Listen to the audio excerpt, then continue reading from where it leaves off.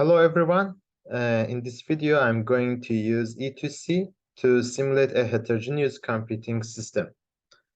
First, we use Anaconda PowerShell prompt to activate the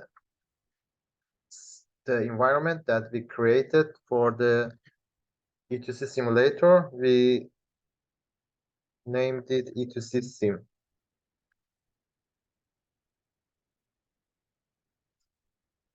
You can see that the E2C sim environment activated. It's shown here. Then we navigate to the folder of the repository. In v1 directory, in the root directory, we execute the main.py file.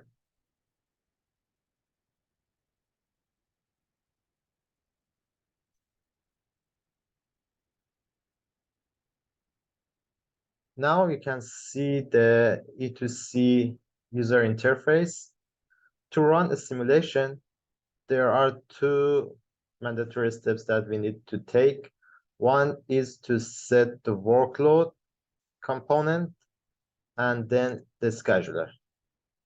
Obviously, there are some defaults that even without setting those components, you can run the simulation.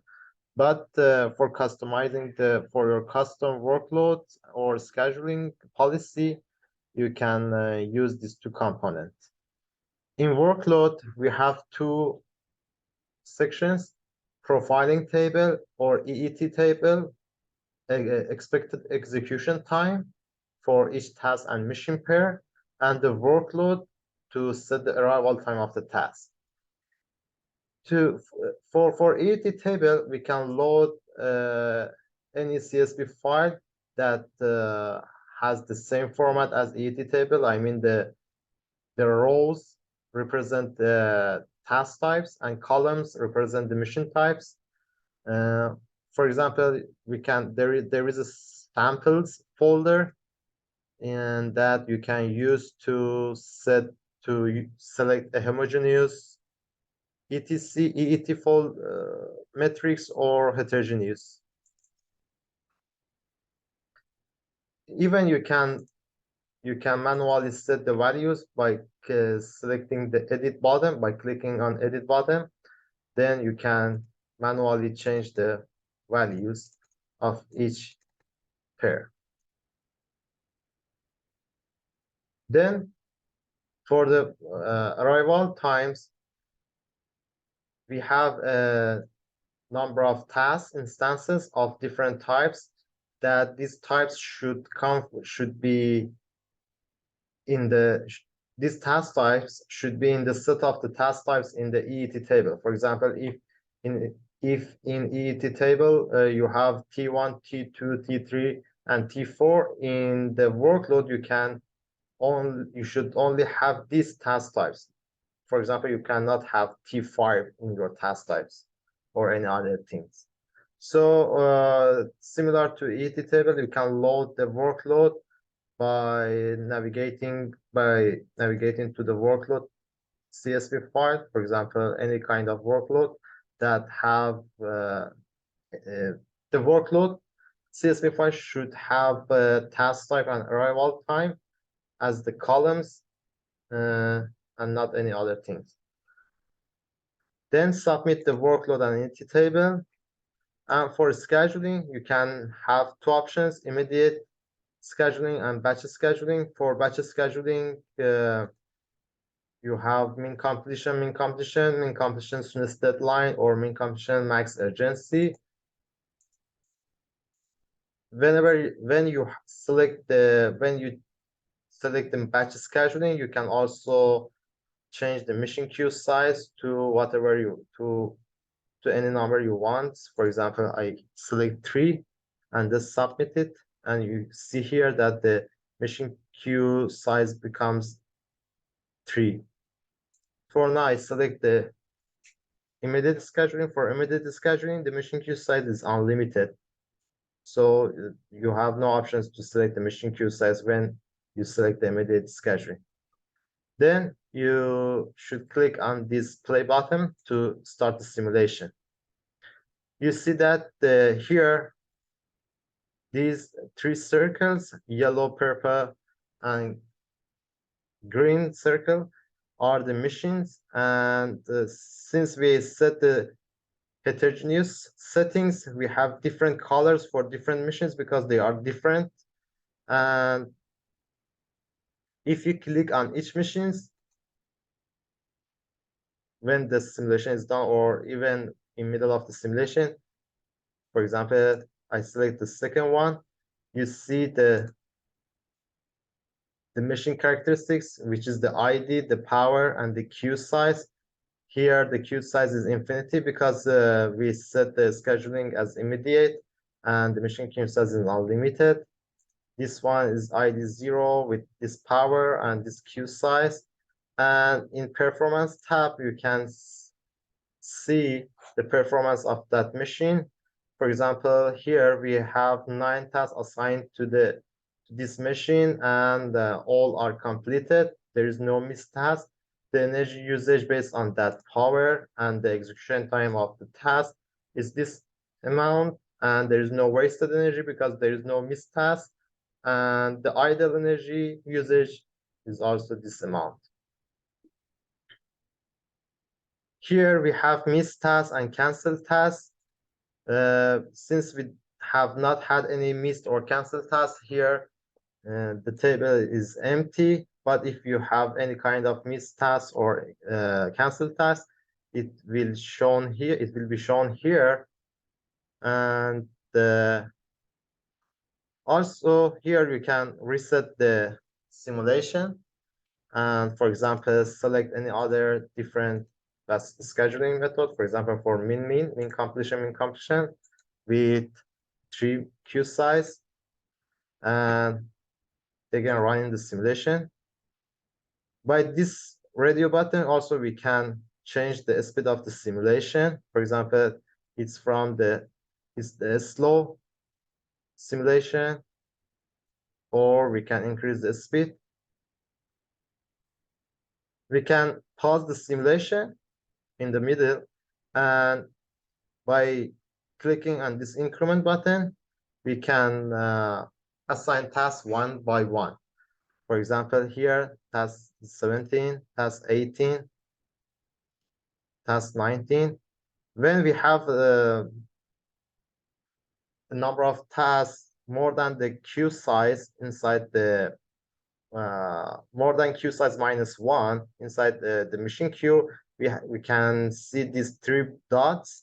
If you click on these 3 dots, you can see that it contains task 17, or here task 16, or here task 19. We can increment by one, or we can resume the simulation. In middle of the simulation, let me do it again. In middle of simulation, if you click on each of tasks, here, these are the tasks.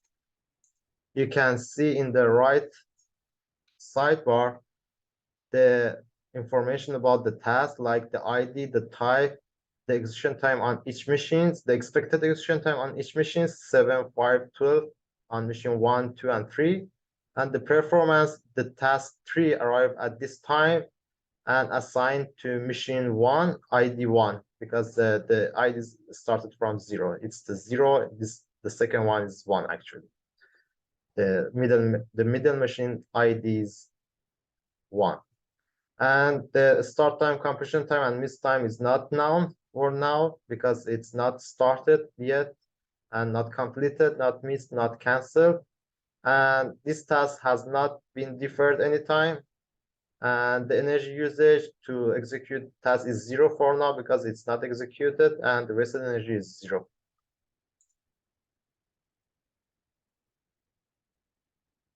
I increase the speed to maximum. And at the end of the simulation, we have the report menu that you can access to reports. it gives you the report for that scheduling mean completion. It's a full report that that I can say that you can find any kind of information here. For example, for each task, we have the type, the urgency, the status. All tasks are completed, but we have one task missed. We can check it on the mission 2 also. On mission 2, we have task one task missed. Here, if you select on the missed task, you can see that task.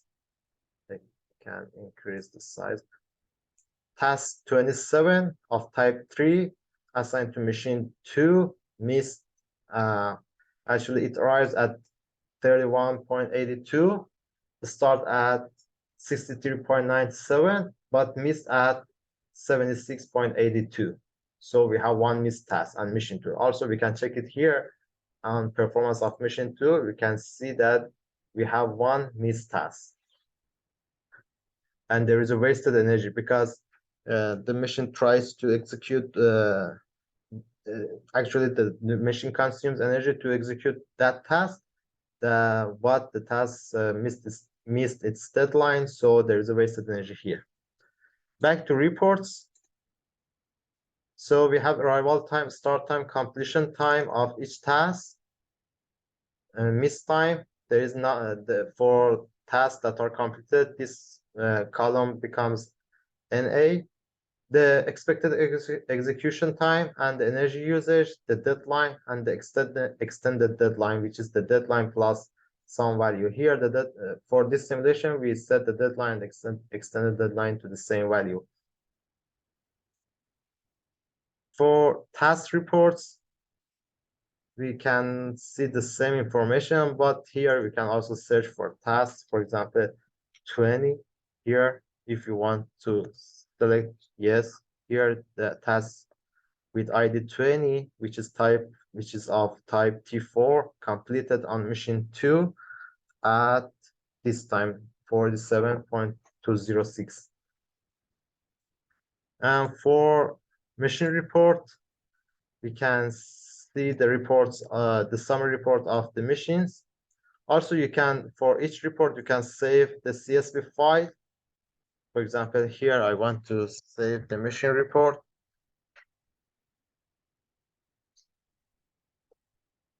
In the downloads. And if I check the downloads, here I see the mission report. It is the mission report. You can do it for any other reports. And here is the summary report that mentioned the workload path, which is that default workload. Total number of tasks is 30, map 30. There's no cancel task. We have one missed task. So we have this percentage of the completion. And there is this wasted energy, and this is the consumed energy. Percentage means the consumed energy with respect to the total available energy. Total initial available energy. That's it. Thank you.